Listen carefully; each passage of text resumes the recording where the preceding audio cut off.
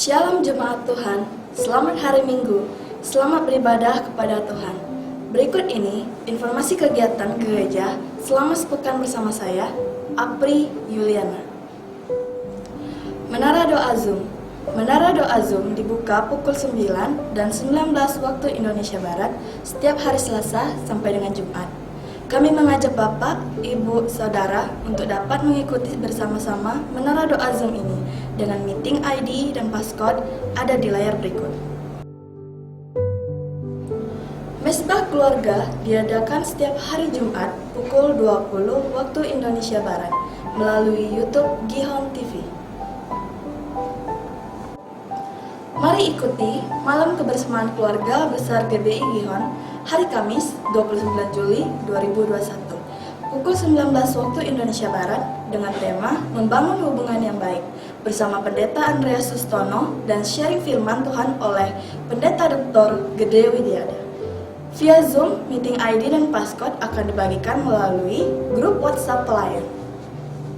Baptisan air diadakan pada hari Sabtu 31 Juli 2021 pukul 13 waktu Indonesia Barat. Bertempat di Hotel Ratu Mayang Garden, informasi dapat menghubungi PDP Petrus John. Sekolah Minggu Online atau Gereja Anak dimulai pukul 6 waktu Indonesia Barat dapat diikuti melalui Facebook dan YouTube Gihon TV. Dibuka kelas Basic Prophetic Army pada bulan Agustus 2021. Bagi saudara yang mau mengikuti, dapat mendaftarkan diri melalui saudari Erni Purwanti. Demikian Gihon News minggu ini. Selamat hari Minggu dan selamat beribadah.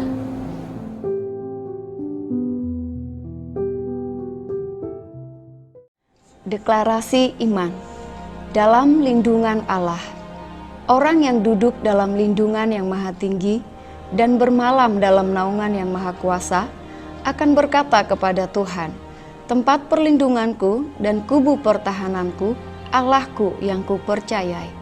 Sungguh, dialah yang akan melepaskan engkau dari jerat penangkap burung, dari penyakit sampar yang busuk. Dengan kepaknya ia akan menudungi engkau, di bawah sayapnya engkau akan berlindung. Kesetiaannya ialah perisai dan pagar tembok.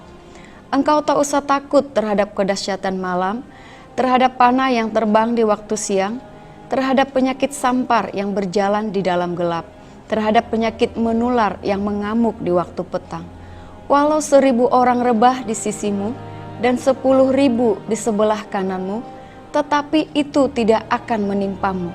Engkau hanya menontonnya dengan matamu sendiri dan melihat pembalasan terhadap orang-orang fasik. Sebab Tuhan ialah tempat perlindunganmu, yang maha tinggi telah kau buat tempat perteduhanmu. Malapetaka tidak akan menimpa kamu, dan tulah tidak akan mendekat kepada kemahmu, sebab malaikat-malaikatnya akan diperintahkannya kepadamu untuk menjaga engkau di segala jalanmu. Mereka akan menatang engkau di atas tangannya, supaya kakimu jangan terantuk kepada batu. Singa dan ular tedung akan kau langkahi, engkau akan menginjak anak singa dan ular naga. Sungguh, hatinya melekat kepadaku, maka aku akan meluputkannya. Aku akan membentenginya, sebab ia mengenal namaku. Bila ia berseru kepadaku, aku akan menjawab. Aku akan menyertai dia dalam kesesakan. Aku akan meluputkannya dan memuliakannya. Dengan panjang umur akan kukenyangkan dia, dan akan kuperlihatkan kepadanya keselamatan daripadaku. Pentakosta ketiga. Pentakosta ketiga adalah pencurahan Roh Kudus yang dahsyat di zaman ini, melebihi yang terjadi di Azusa Street. 2. Pentakosta ketiga akan mengakibatkan penuaian jiwa yang terbesar dan yang terakhir sebelum Tuhan Yesus datang kembali. 3. Pentakosta ketiga akan membangkitkan generasi Yeremia, yaitu anak-anak muda yang dipenuhi Roh Kudus, cinta mati-matian kepada Tuhan Yesus, tidak kompromi terhadap dosa, dan akan bergerak untuk memenangkan jiwa. 4. Pentakosta ketiga lahir di Indonesia dan bergerak ke bangsa-bangsa. Gerakan ini dari timur ke barat dan akan kembali ke Yerusalem. 5. Pentakosta ketiga akan memberikan kuasa untuk menyelesaikan amanat agung, dan setelah itu Tuhan Yesus datang kembali. Amin.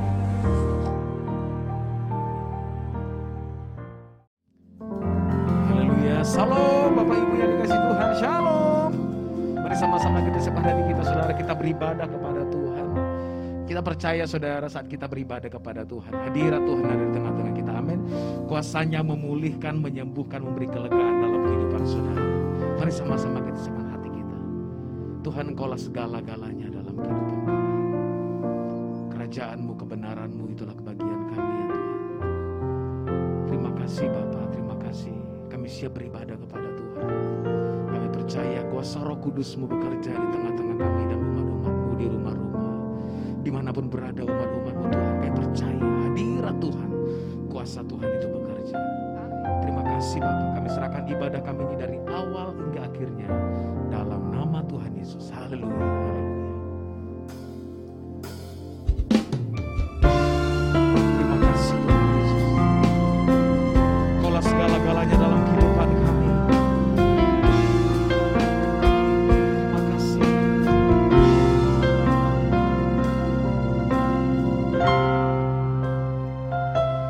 Kau Bapa yang mengasihi,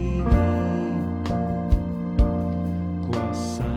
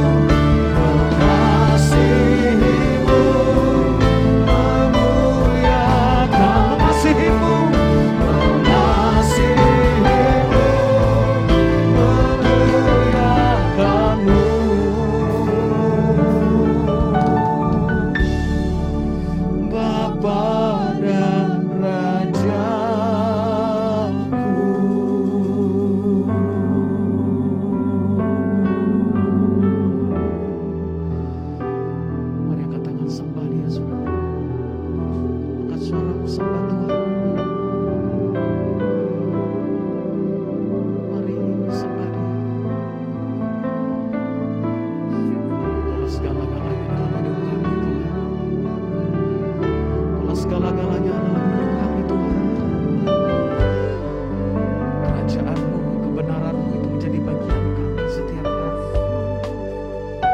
Dan kami renungkannya Tuhan, firman-Mu siang dan malam. Untuk terus kami berjalan sesuai dengan rencana-rencana Tuhan dalam kehidupan kami. Berjalan sesuai rancangan-rancangan Tuhan dalam kehidupan kami.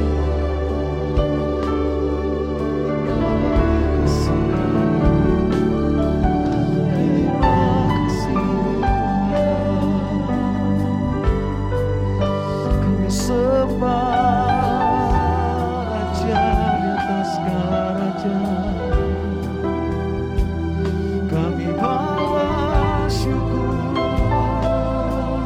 di hadapan-Mu, ya Tuhan. Kami persembahkan yang terbaik.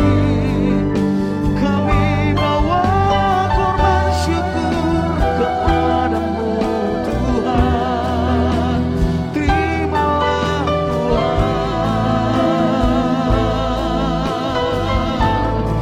Inilah persembahan kami.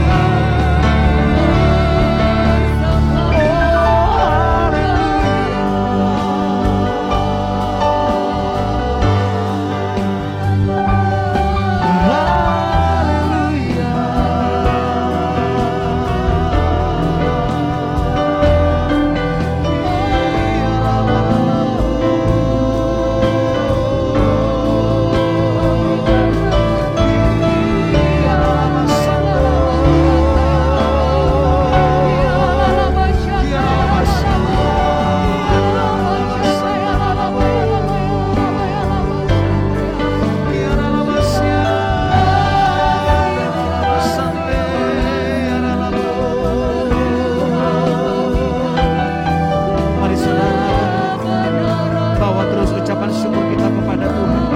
Angkat suaramu saudara, buka suaramu, sembah Dia, sembah Dia.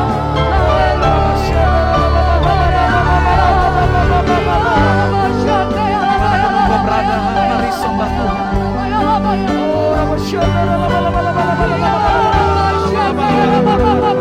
Rasakan hadirat-Nya mengalir di hidupmu, mengalir di tempat di mana engkau berada hari ini.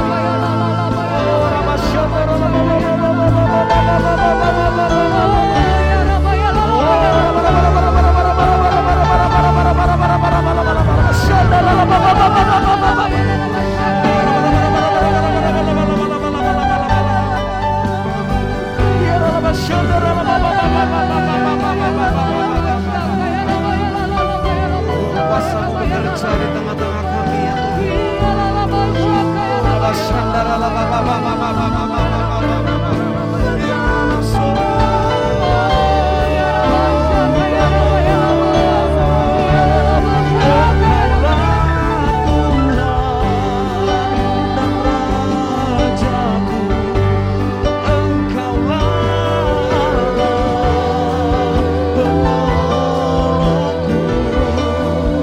Kuasa-Mu bekerja, kuasa-Mu nyata.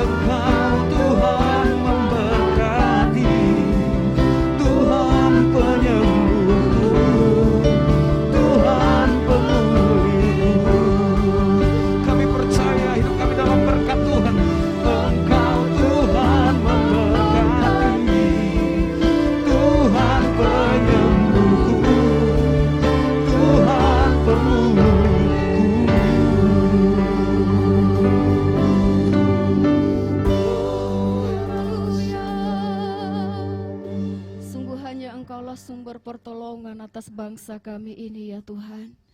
Kami berdoa, biarlah kasih Tuhan, kuasa Tuhan dicurahkan untuk memulihkan Indonesia. Kami berkata Tuhanlah penjaga atas Indonesia yang tidak pernah tertidur dan tidak terlelap. Kami percaya Tuhan, ketika kami umat-Mu terus menyerukan nama-Mu atas bangsa ini, Tuhan mendengar seruan kami untuk Indonesia, dan kami akan melihat kesembuhan terjadi atas Indonesia. Kami akan melihat pemulihan ekonomi terjadi atas Indonesia. Kami boleh melihat pemulihan pemerintahan terjadi atas Indonesia. Tuhan, kami memberkati setiap orang-orang yang mengalami sakit oleh karena COVID-19. Kami berdoa Tuhan, kesembuhan yang daripada Tuhan turun atas mereka.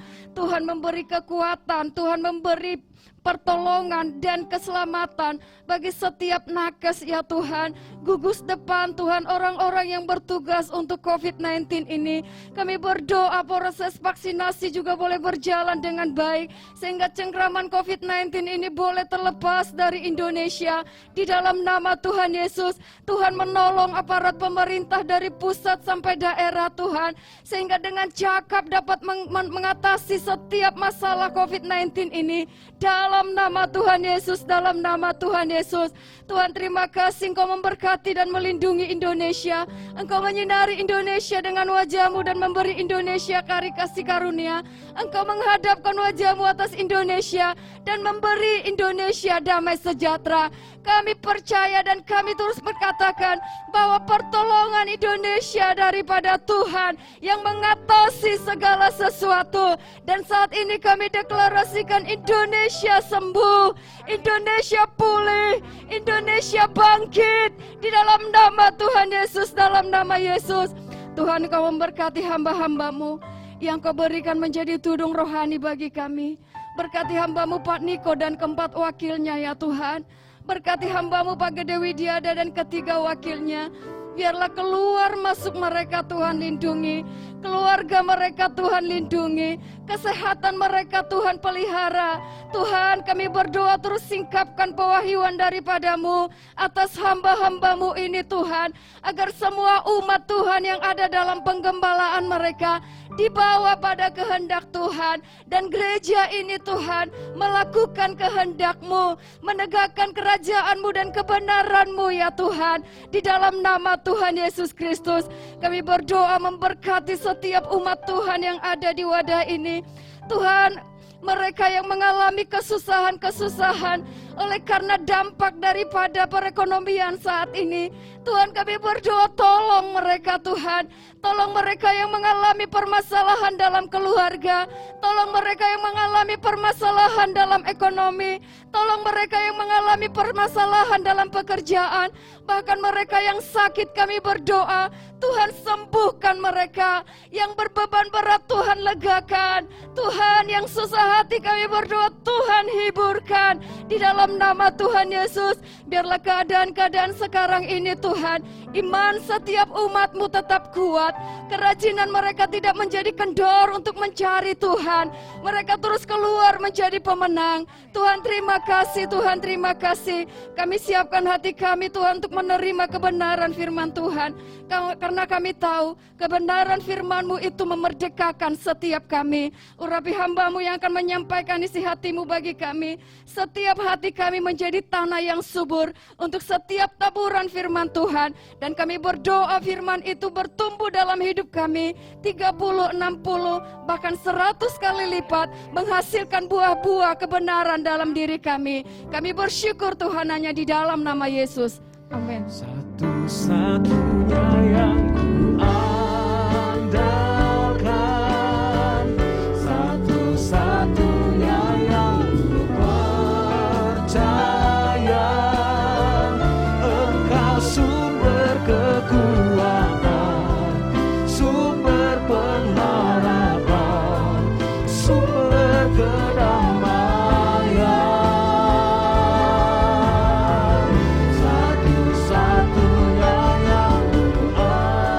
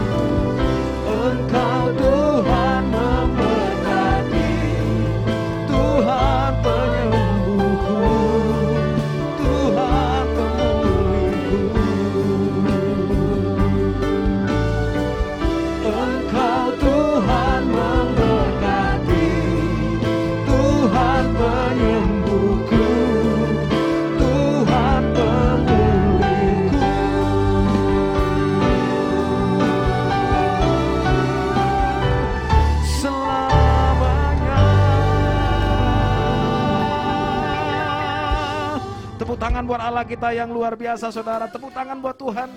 Mari kita bersorak-sorai, saudara mau duduk, mau berdiri, ayo sama-sama kita puji Dia. Tepuk tangan yang terdahsyat buat Tuhan kita. Sorakan haleluya.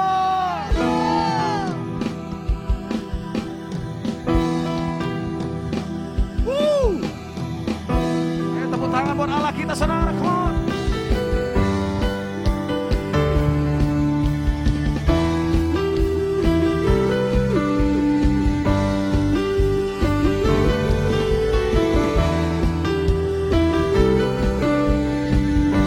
Sama-sama katakan, saudara.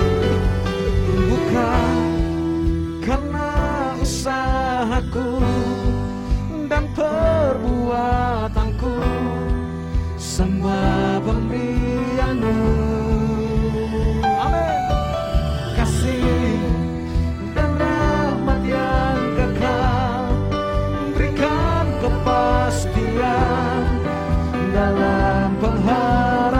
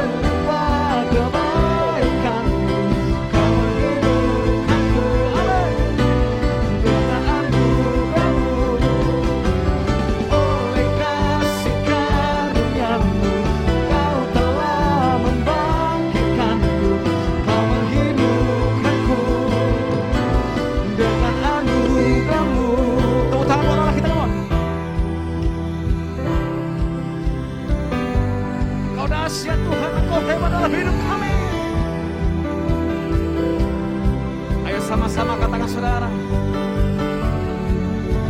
Allah, in Jesus we are alive. In Jesus we are alive. In Jesus we are alive. Jesus, we're alive.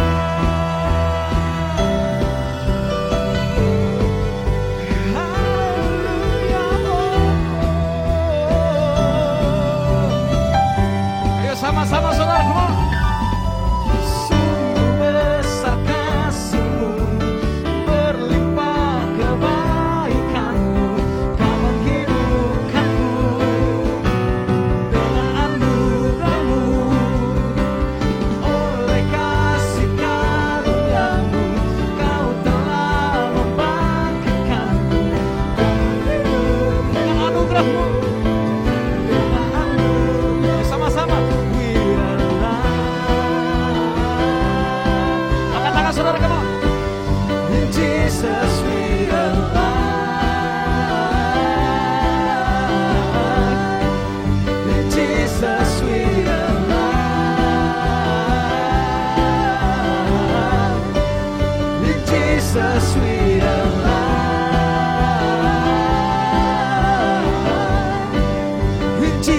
sweet alive.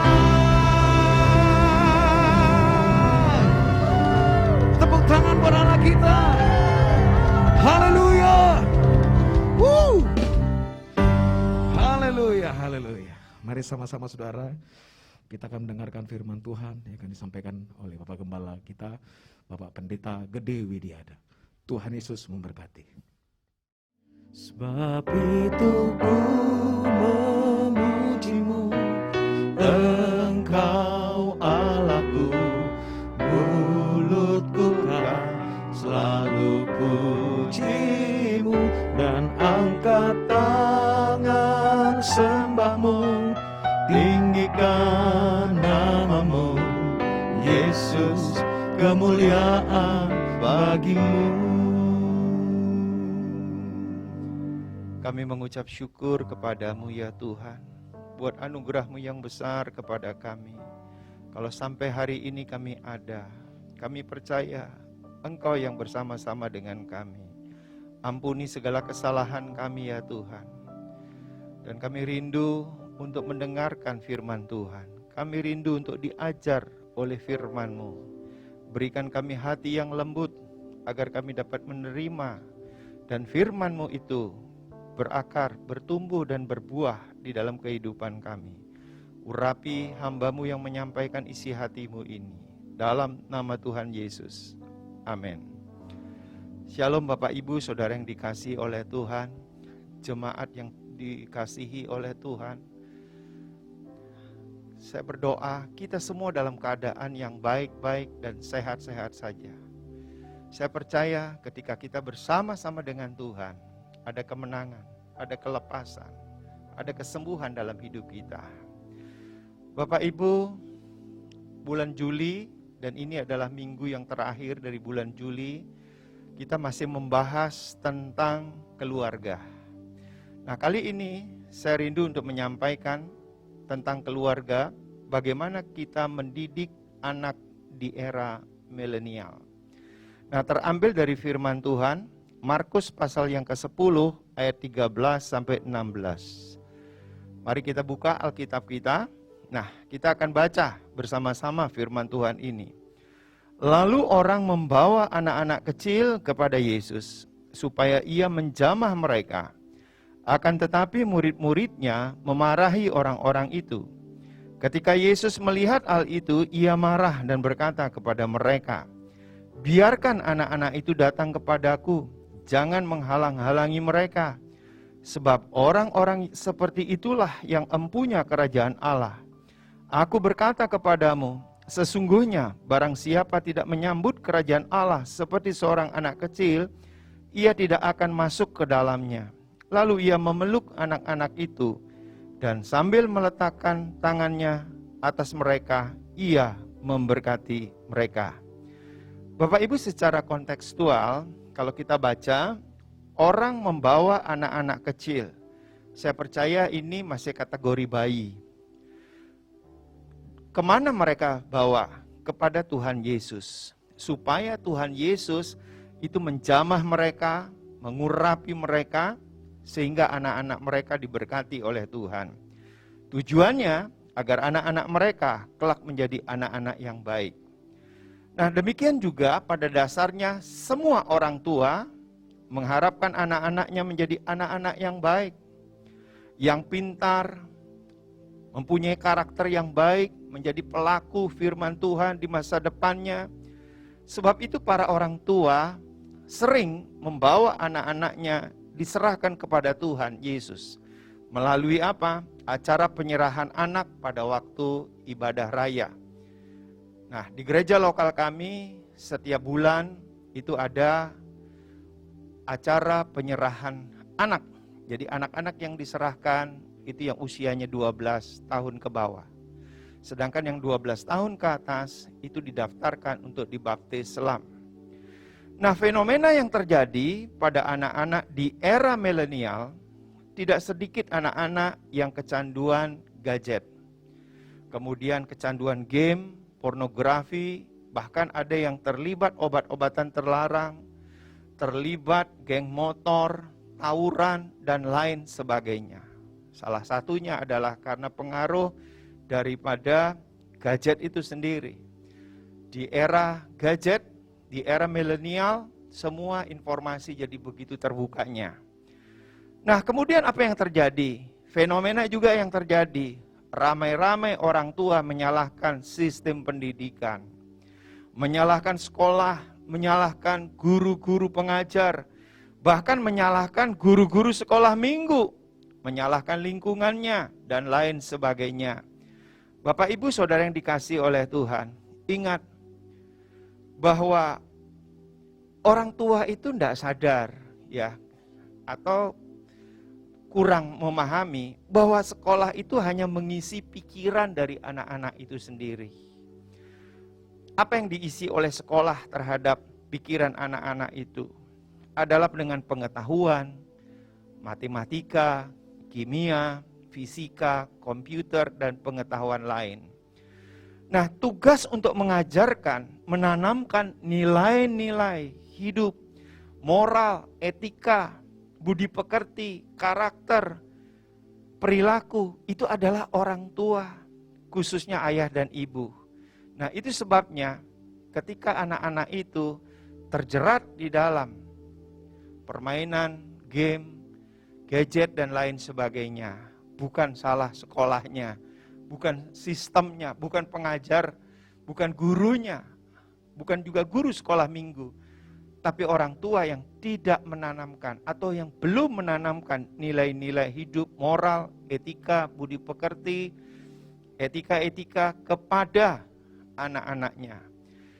Nah, mari kita akan belajar bersama-sama bagaimana mendidik anak-anak di era milenial. Nah, kita harus tahu dulu karakteristik era milenial itu seperti apa. Nah, era milenial itu merupakan era yang aktivitas sehari-harinya dipengaruhi oleh internet dan perangkat seluler. Kelompok dengan etnisitas, kemudian bersifat individu, berfokus kepada nilai materialis. Nah, ini sebuah kondisi di era milenial. Nah, kalau kita sebagai orang tua yang tahu bahwa anak itu lahir dan besar di era milenial, maka kita harus tahu bahwa di era milenial itu aktivitas sehari-harinya dipengaruhi oleh internet. Ya, orang lebih baik tidak punya uang daripada tidak ada wifi gitu kira-kira. Kalau tidak ada wifi itu sepertinya udah runtuh dunia begitu. Ya, dibandingkan kalau orang tidak punya uang tapi ada wifi masih tenang dia Bapak Ibu. Tapi kalau anak itu sudah tidak ada wifi, baik di rumah, di sekolah maupun di mana dia berada, kayaknya sudah runtuh dunia itu. Nah, ini yang disebut dengan era milenial. Jadi sangat dipengaruhi oleh internet, perangkat seluler, kemudian kelompok etnisitas, bersifat individu, berfokus kepada nilai-nilai materialis. Nah, Bapak Ibu, kalau orang tua tidak memahami bahwa anak mereka hidup di era milenial seperti ini, maka kita akan membiarkan anak-anak kita dari usia 2-3 tahun sudah bermain gadget. Ini sangat berbahaya. Seorang pakar teknologi menyatakan anak itu boleh untuk memegang, bermain handphone atau tablet atau iPad atau apa namanya, itu setelah usia 14 tahun. Nah, fenomena yang terjadi apa? Usia 2-3 tahun udah pegang HP siang dan malam. Bisa bayangkan seperti apa anak-anak itu. Ya. Dan informasi begitu terbukanya melalui internet yang terjadi. Ya, baik itu berita apa saja, dalam negeri, luar negeri, berita negatif, berita positif, ada semua di situ. Mereka bisa akses. Nah, mari yang saya ingin bahas adalah bagaimana mendidik anak-anak yang lahir dan hidup di era milenial. Ini penting Bapak Ibu. Nah, mari minimal ada 4 cara untuk mendidik anak-anak yang lahir di masa milenial. Cara yang pertama adalah membangun gambar diri yang benar pada anak-anak kita. Nah, seperti apa gambar diri yang benar yang perlu dibangun mulai usia dini Bapak Ibu? Di dalam Kejadian pasal 1 ayat yang ke-26, Berfirmanlah Allah, baiklah kita menjadikan manusia menurut gambar dan rupa kita, supaya mereka berkuasa atas ikan-ikan di laut dan burung-burung di udara, dan atas ternak, dan atas seluruh bumi, dan atas segala binatang melata yang merayap di bumi. Gambar diri yang perlu ayah ibu bangun kepada anak-anak mereka dari usia dini adalah gambar diri Allah. Di dalam perjanjian baru yang dibangun atau yang ditanamkan adalah gambar diri Yesus. Karakter Kristus itu yang dibangun dari usia dini. Ayah ibu tidak boleh membiarkan anak-anak mereka membangun gambar dirinya sendiri sesuai tokoh-tokoh kesukaan yang mereka lihat di dalam gadget mereka. Nah, bukankah itu yang sering terjadi? Contoh ya, seperti tokoh silat. Mereka yang suka silat, mereka berimajinasi bahwa dirinya seperti salah satu tokoh di dalam yang dilihat. Kemudian tokoh pahlawan tertentu, Bapak Ibu. Nah, kemudian tokoh-tokoh yang lainnya. Mereka itu dapat berimajinasi. Nah, sebagai orang tua, ayah dan ibu tidak boleh membiarkan anak-anak itu membangun gambar dirinya dengan hal-hal yang seperti itu. Nah, inilah peranan daripada ayah dan ibu untuk menanamkan gambar diri Allah itu dari sejak dini. Yang menjadi masalah adalah banyak orang tua tidak memahami dan berkarakter Kristus. Sehingga ayah dan ibu itu mengalami kesulitan pada waktu dia mendidik anak-anak mereka untuk membangun gambar diri Allah. Nah, bagaimana ayah dan ibu mendidik anak-anaknya menanamkan gambar diri Allah kalau di dalam dirinya itu tidak ada gambar diri Allah?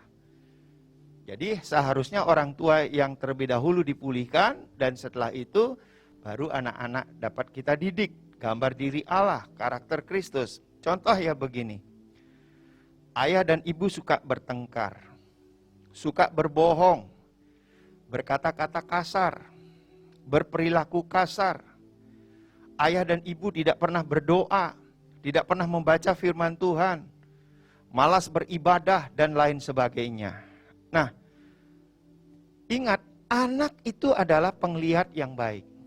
Itu sebabnya apa yang dilihat oleh anak itu juga yang ditiru. Ini maaf, kalau ayah ibu suka bertengkar, maka anak itu pun apa yang dilihat, ayah ibunya suka bertengkar, dia pun suka bertengkar. Ayah ibu suka berbohong, maka dia pun juga suka berbohong. Nah, bagaimana menanamkan gambar diri Allah kepada anak-anak kalau orang tuanya masih melakukan hal-hal seperti tadi yang saya bahas. Nah, sekarang apa contoh gambar diri Allah atau karakter Kristus, saudara? Yang paling dominan adalah kasih. Bagaimana mengajarkan kasih kepada anak itu, saling mengasihi. Tentu dimulai dari keteladanan orang tua.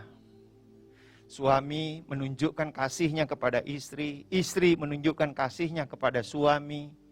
Sehingga anak itu melihat, oh ini toh yang disebut dengan kasih Allah.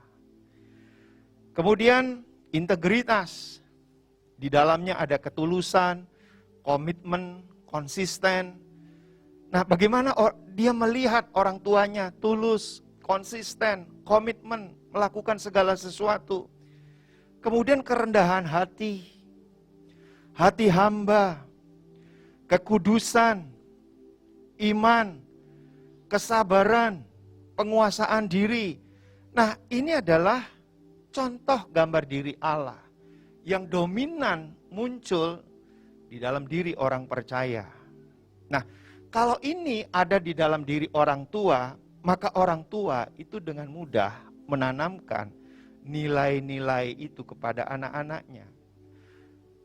Orang tua dengan mudah menanamkan nilai gambar diri Allah, karakter Kristus kepada anak-anaknya.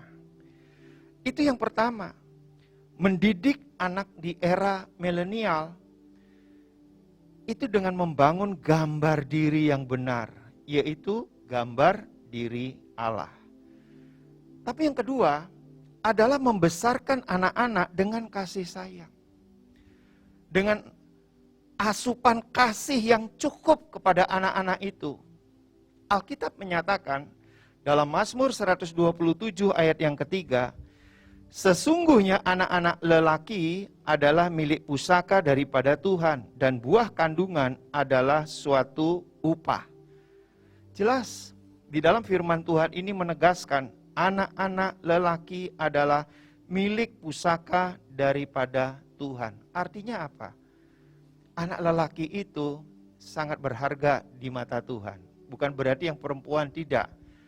Karena di zaman Alkitab ini ditulis sudah berlaku. Laki-laki sebagai pemimpin, sebagai kepala keluarga, sebagai imam, ya, itu adalah lelaki. Kemudian dalam firman Tuhan juga, Amsal 17 ayat yang ke-6. Mahkota orang-orang tua adalah anak cucu, dan kehormatan anak-anak ialah nenek moyang mereka. Mahkota adalah sesuatu yang berharga, yang meningkatkan harga diri, meningkatkan siapa sebenarnya yang memakai. Ya umumnya yang pakai mahkota adalah raja pada waktu itu. Nah kalau sekarang yang memakai mahkota siapa? Orang yang dihargai, yang telah berjasa, yang menunjukkan prestasi-prestasi tertentu, dia diberikan mahkota. Saudara, nah itu sebabnya mahkota orang tua adalah anak cucunya. Jadi kalau kita melihat anak cucu, itu sebenarnya yang baik itu adalah mahkota bagi orang tuanya. Tapi kalau anak cucunya jelek, saya tidak tahu itu mahkota atau apa namanya. Nah sebaliknya, kehormatan anak-anak ialah nenek moyang mereka. Sama, bagi orang tua, anak-anak itu, ya anak cucu mereka itu adalah mahkota bagi dirinya. Tetapi bagi anak-anak, ya nenek moyang mereka itu satu kehormatan. Artinya begini, kalau orang tua mereka itu baik, benar hidupnya, maka anak itu bangga, Bapak Ibu. Contohnya kalau Bapak Ibu ya punya orang tua yang baik, hidupnya benar, punya prestasi tertentu, jabatan tertentu, itu anak itu senang sekali. Ya, dia bangga kalau dia bergaul dengan teman-temannya, dia mengatakan, bapakku itu pejabat, orangnya baik, disegani masyarakat, orangnya sosial, dan lain sebagainya. Jadi ada kebanggaan bagi si anak itu. Nah, dari dua ayat ini menggambarkan, saudara, bahwa anak-anak itu sangat berharga di mata Tuhan. Sebagai generasi ilahi, sebab itu ayah dan ibu membesarkan anak-anak dengan kasih. Bapak Ibu yang dikasihi oleh Tuhan, saya mengambil statement ini ada dasarnya. Gereja lokal kami ada membina panti asuhan, namanya Rumah Bintang. Kami mengadopsi anak-anak di sana, anak-anak yang terlantar. Anak-anak yang tidak dididik dengan benar oleh orang tuanya. Anak-anak yang dibuang oleh orang tuanya. Bapak Ibu bisa bayangkan. Saya setiap kali melihat anak-anak itu, hati saya terharu. Bahkan tidak jarang saya menangis melihat anak-anak itu. Kenapa? Karena saya menggambarkan, seharusnya orang tua mendidik anak itu dengan kasih sayang. Bukan diterlantarkan. Bahkan ada yang bersaksi kepada saya. Opa, dia panggil saya itu Opa. Opa, kami kakak adik dibuang di hutan. Apa tujuan orang tuamu membuang kalian di hutan? Mungkin supaya kami mencari makanan sendiri. Atau mungkin juga supaya binatang buas memakan kami. Supaya orang tua mereka itu tidak bertanggung jawab lagi dengan anak-anak. Saudara, waktu mereka bersaksi, saya menangis, saudara. Saya bilang, Tuhan, sampai beginikah orang tua mereka?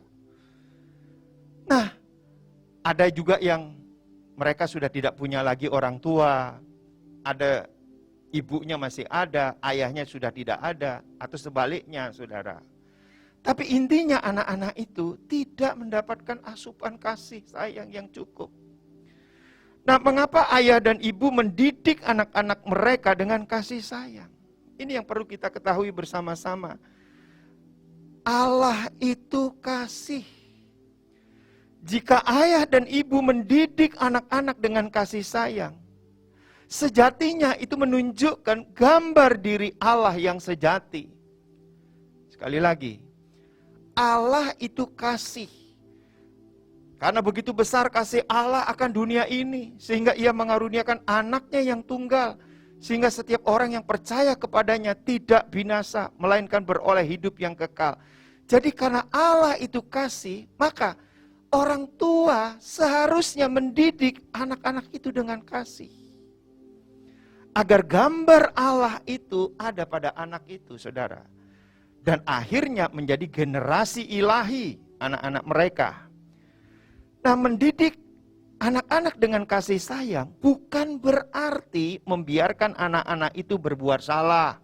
Oh, mereka berbuat salah, biarkan saja. Mereka perlu ditegur kalau berbuat salah, dinasehati, bila perlu dihukum. Namun, caranya adalah dengan kasih sayang. Bukan pada saat orang tua marah. Nah, biasanya tuh, di dalam pelayanan pastoral konseling saya, banyak anak-anak mendapat perlakuan dari orang tua pada saat orang tua marah. Ikat pinggangnya dibuka, kemudian dicambukkan ke tubuh anak itu.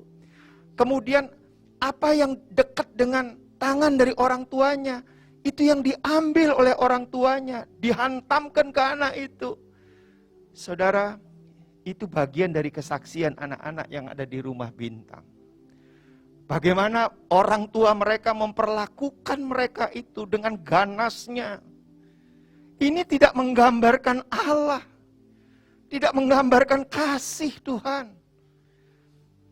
Saya bilang, kalau sudah seperti ini saudara, kalau belum masa COVID, saya peluk anak itu saudara. Tuhan mengasihimu nak. Ya, Bapa di surga sangat mengasihimu. Kamu berharga di mata Tuhan. Dan sekarang, Opa juga menganggap kamu juga berharga. Itu sebabnya kalian semuanya akan menjadi bintang-bintang. Yang Tuhan sendiri yang akan menjadikan kalian itu bintang-bintang.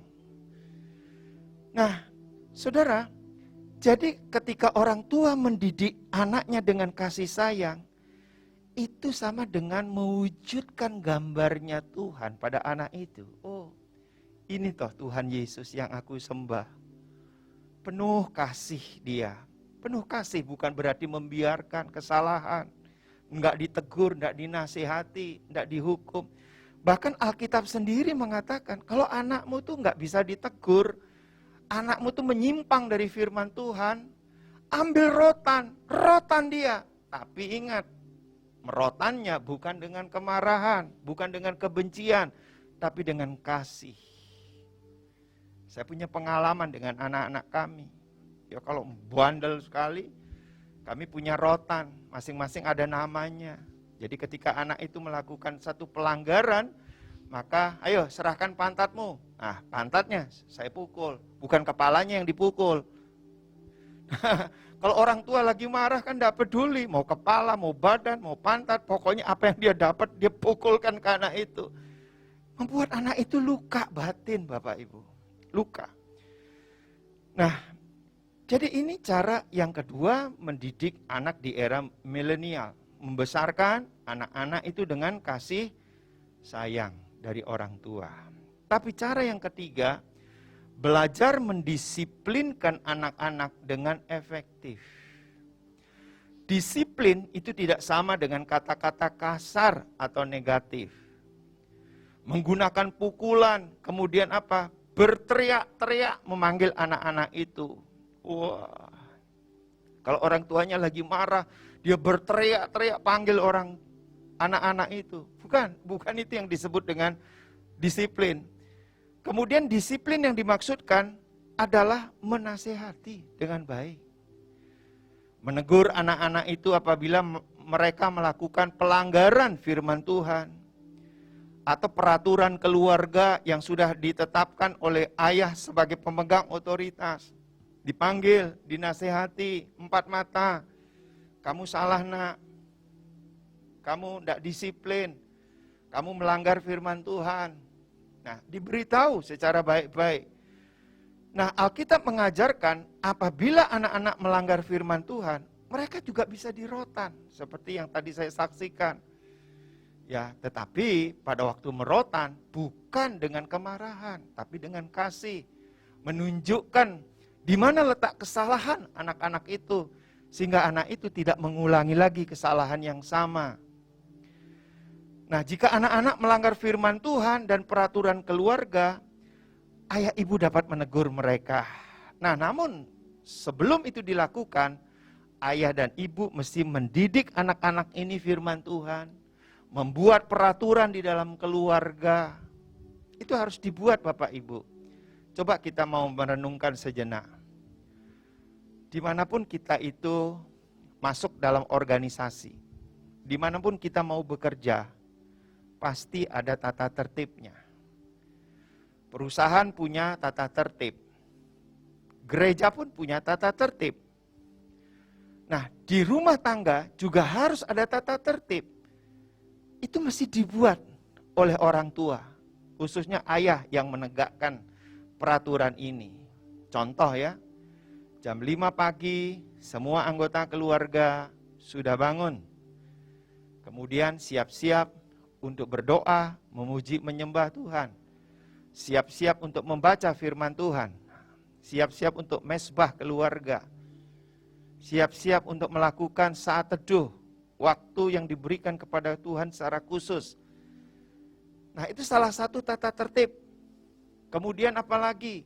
Setelah itu siap-siap untuk bersih-bersih rumah. Semua dibagi aturannya. Ada yang sapu, ada yang ngepel, ada yang bersihkan kamar, dan lain sebagainya. Semua diatur kalau memang anak-anaknya cukup banyak seperti itu. Jadi bukan membiarkan saja. Mau kaya, mau miskin, tetap itu harus ditegakkan. Supaya apa? Anak itu pada masa yang akan datang, dia tahu bahwa setiap organisasi dari yang paling kecil sampai yang paling besar itu punya peraturan, punya tata tertib.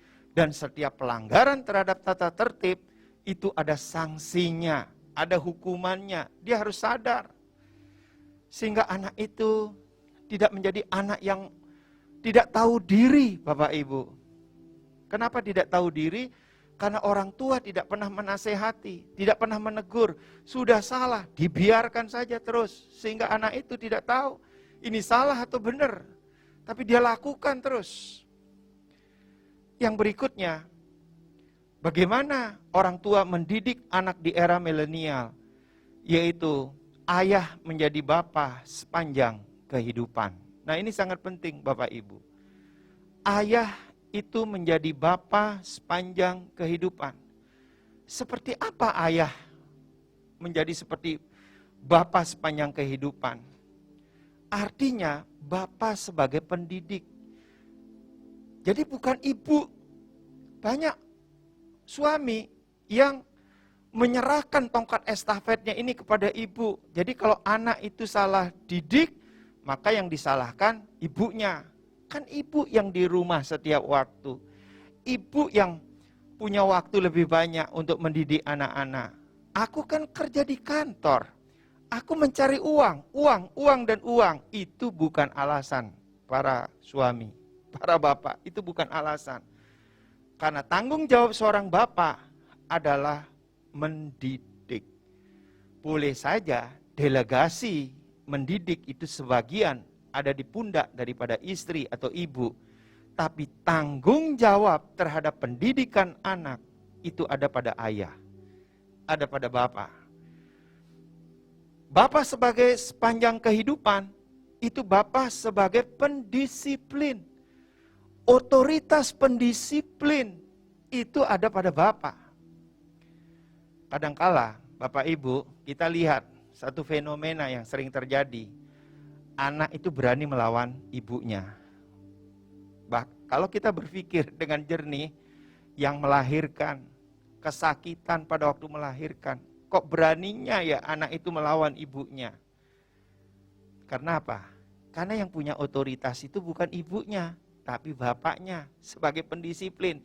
Itu sebabnya kalau anak itu bersalah, maka tongkat untuk mendisiplinkan anak itu ada pada si ayah.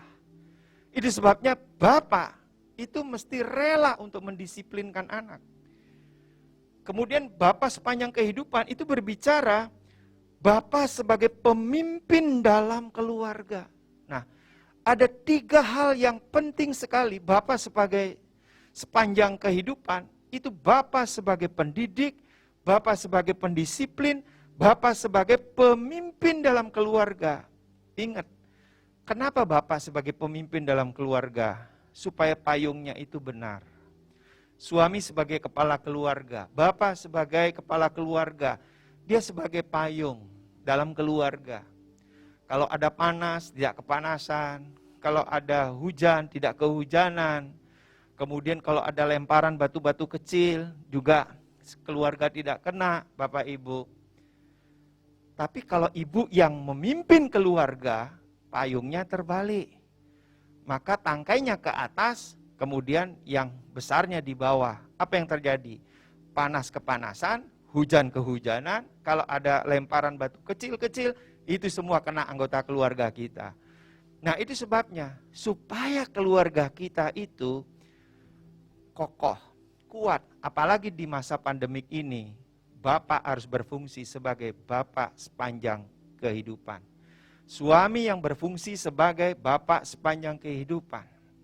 Saya mendorong setiap kita untuk membangun mesbah keluarga.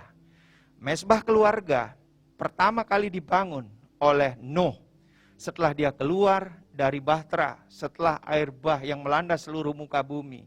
Dia membangun mesbah bagi Tuhan untuk seluruh keluarganya, saudara. Tujuannya apa? Membawa seluruh keluarga itu kepada Tuhan. Tapi yang kedua, membawa seluruh keluarga itu unity.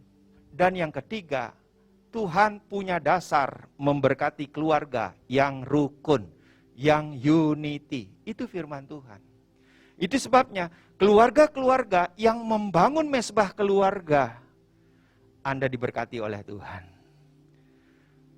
Apa yang Anda rindukan? Anda sepakat, suami istri sepakat, orang tua dengan anak-anak sepakat, Anda diberkati oleh Tuhan luar biasa. Dan ketika mesbah keluarga ini dengan rutin, ya, dengan konsisten dilakukan tiap hari, Anda lihat apa yang Tuhan akan lakukan. Tuhan terus memberkati. Gak peduli mau pandemi COVID-19, mau resesi ekonomi, Tuhan tetap memberkati. Karena itu firman-Nya. Jadi yang rukun, bersatu, Tuhan memberkati itu, saudara. Ya, tidak perlu diminta Tuhan turunkan sekarang aku sudah rukun. Tidak perlu diminta, kalau sudah rukun, bersatu, Tuhan memberkati. Itu hukumnya Tuhan. Itu firman Tuhan yang mengatakan. Nah, saudara, kesimpulannya bagaimana? Mendidik anak-anak yang lahir dan dewasa di masa milenial adalah membangun diri, membangun gambar diri yang benar pada anak-anak, yaitu gambar diri Allah, yaitu karakter Kristus. Kemudian yang kedua, membentuk anak-anak dengan kasih sayang, atau membesarkan anak-anak dengan kasih sayang. Tapi yang ketiga, belajar mendisiplin akan anak-anak dengan efektif. Dan ayah menjadi bapa sepanjang kehidupan. Bapak Ibu, saya mau berdoa bagi setiap keluarga, bagi orang tua yang mengalami kesulitan mendidik anak-anak mereka di masa milenial. Mungkin itu sudah salah kaprah. Mungkin dari kecil anak-anak tidak pernah dididik membangun gambar diri Allah dalam dirinya, sehingga ada gambar diri yang lain yang dianut oleh anak itu. Jangan putus asa. Tuhan itu baik. Ini kesempatan yang baik. Kita mohon pertolongan Tuhan. Bagi orang tua yang anak-anaknya juga berontak, Bapak Ibu, tidak pernah nurut kepada orang tua. Nah, kenapa tidak nurut sama orang tua? Karena orang tua juga tidak pernah nurut kepada orang tuanya sebelumnya. Karena orang tua tidak pernah taat kepada perintah Tuhan. Itu sebabnya anak melihat orang tuanya yang tidak nurut kepada orang tuanya, Dan anak melihat orang tuanya yang tidak taat kepada perintah-perintah Tuhan. Sehingga anak itu berontak, susah dididik sedemikian. Ini bagaimana seperti ini? Datang kepada Tuhan. Rendahkan dirimu, Tuhan kita Tuhan yang baik. Sebelum kita berdoa, kita angkat satu pujian. Ku mau seperti-Mu Yesus, disempurnakan selalu dalam segenap jalanku, memuliakan nama-Mu. Ku mau seperti-Mu Yesus, disempurnakan selalu dalam segenap jalanku, memuliakan nama-Mu, memuliakan nama-Mu, memuliakan nama-Mu. Mari datang kepada Tuhan dengan merendahkan diri. Kami para orang tua memohon ampun di hadapan-Mu. Apabila kami mendidik anak-anak kami tidak sesuai dengan prinsip-prinsip kebenaran. Sehingga anak-anak kami ada yang terikat oleh gadget, game, pornografi, atau hal-hal yang terlarang. Kami para orang tua mohon ampun terlebih dahulu. Tuhan, Kau pulihkan kami terlebih dahulu. Karena kami tidak menanam nilai-nilai yang benar kepada anak-anak kami. Kami tidak menanamkan karakter Kristus kepada anak-anak kami. Kami tidak mendisiplinkan anak-anak kami secara efektif. Kami tidak membesarkan anak-anak kami dengan kasih sayang. Bahkan kami sebagai ayah belum menjadi bapa sepanjang kehidupan. Kami mohon ampun ya Tuhan. Dan sekarang Tuhan, pulihkan kami Tuhan. Pulihkan kami. Ayah dan ibu dipulihkan. Keluarga dipulihkan. Anak-anak dipulihkan. Anak-anak yang berontak sekarang nurut dalam nama Tuhan Yesus. Nurut nasihat orang tua. Dalam nama Tuhan Yesus, dalam nama Tuhan Yesus. Terima urapan yang baru, terima urapan yang baru. Biarlah keluarga dipulihkan oleh Tuhan, dipulihkan. Hubungan ayah dan ibu dipulihkan. Hubungan orang tua dengan anak-anak dipulihkan. Hubungan keluarga inti dengan keluarga besar dipulihkan, dipulihkan, dipulihkan. Dalam nama Tuhan Yesus. Dalam nama Tuhan Yesus. Terima kasih Tuhan, terima kasih. Mari kita sama-sama menerima berkat Tuhan. Kasih karunia dan anugerah dari Allah Bapa di dalam putranya yang tunggal, Yesus Kristus, dan persekutuan yang manis dari Roh Kudus memberkati setiap saudara. Mulai saat ini sampai Tuhan Yesus datang kali yang kedua, bahkan sampai selama-lamanya. Kita yang percaya katakan, amin.